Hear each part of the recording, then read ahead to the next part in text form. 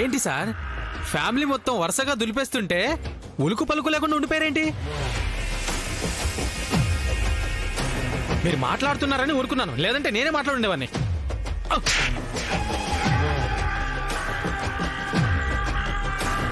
నన్నెందుకు కొట్టారు సార్?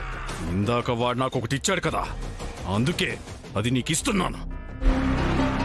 ఆనంద భైరవి గెలుచుకున్నా తనకి తన కొడుకు ఉన్నాడని ఎంత వార్నింగ్ ఇచ్చినా నా పంతాన్ని నేను వదులుకోను. బయట ఆడవాళ్ల జోలికి రావడం వల్లే తనకి కోపం వచ్చింది, సహనం చచ్చిపోయింది అని చెప్తుంది కదా.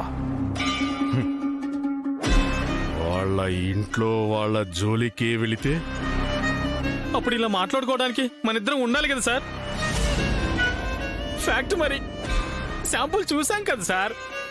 ఆ ఆనంద భైరవి నాకు శాంపిల్ మాత్రమే చూపించింది. ఆ ఆనందకి నా విశ్వరూపమే చూపిస్తాను హయగ్రీవం. ఆ ఆనంద అంతం చూడందే ఈ నీలకంఠం అంతం కాడు. ఎప్పుడోకప్పుడు దొరుకుద్ది, అప్పుడు నా పవర్ ఏంటో చూపిస్తాను.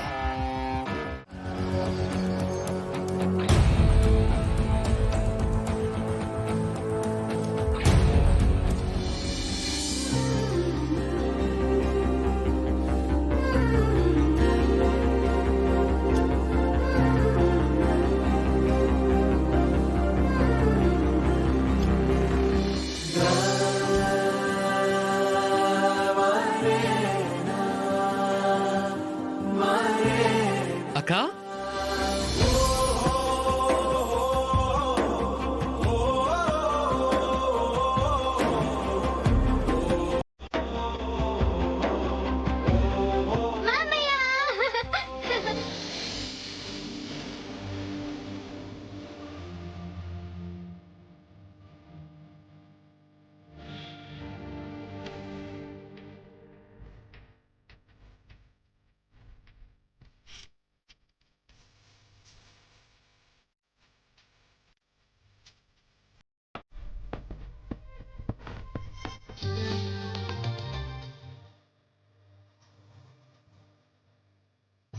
ఆనంద,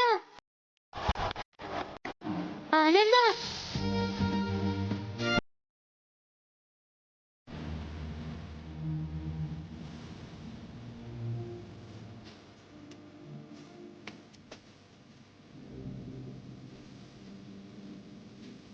బంగారు తల్లి వచ్చేసావా? నీకోసమే ఎదురు చూస్తున్నాను. చూసావా ఆనందా, అది నా మనవరాలైనా సరే నా దగ్గరికి రాకుండా ఆనందా అంటూ నీటంకే ఎక్కేసింది. ఇప్పుడేనమ్మా వచ్చింది. నన్ను దీవించండి నాన్న. నమస్కారం అండి. బాగున్నావా బాబు? మేమిద్దరం ఫ్రెండ్స్.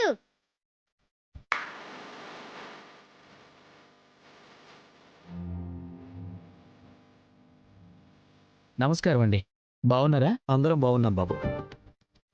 చెప్పా పెట్టకుండా సడన్ గా వచ్చారేంటి? సర్ప్రైజ్. ఏంట్రా అది?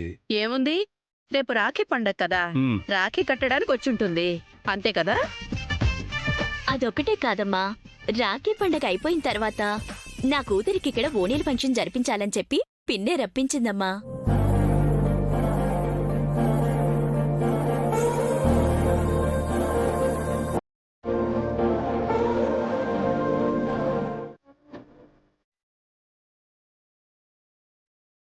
ఇచ్చుడు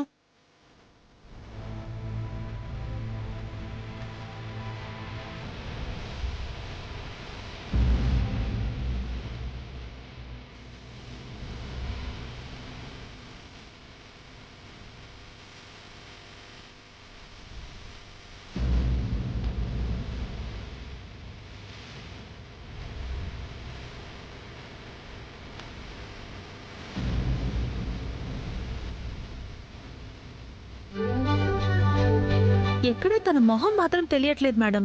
ఎవరో చేసిన దుర్మార్గానికి మన షాప్ మీద నమ్మకంతో వచ్చిన ఎంతో మంది ఆడవాళ్ల పరువు కాపాడింది.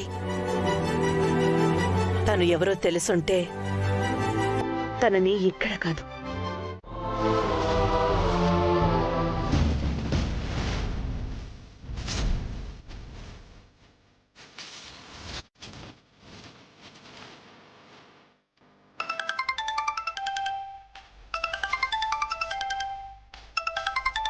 Sameera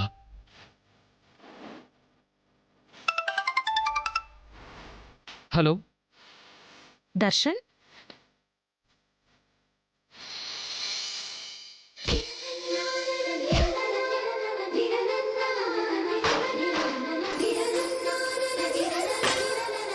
hey sorry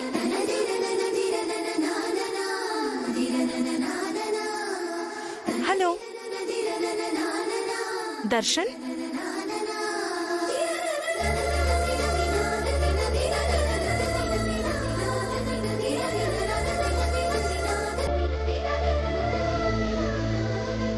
Darshan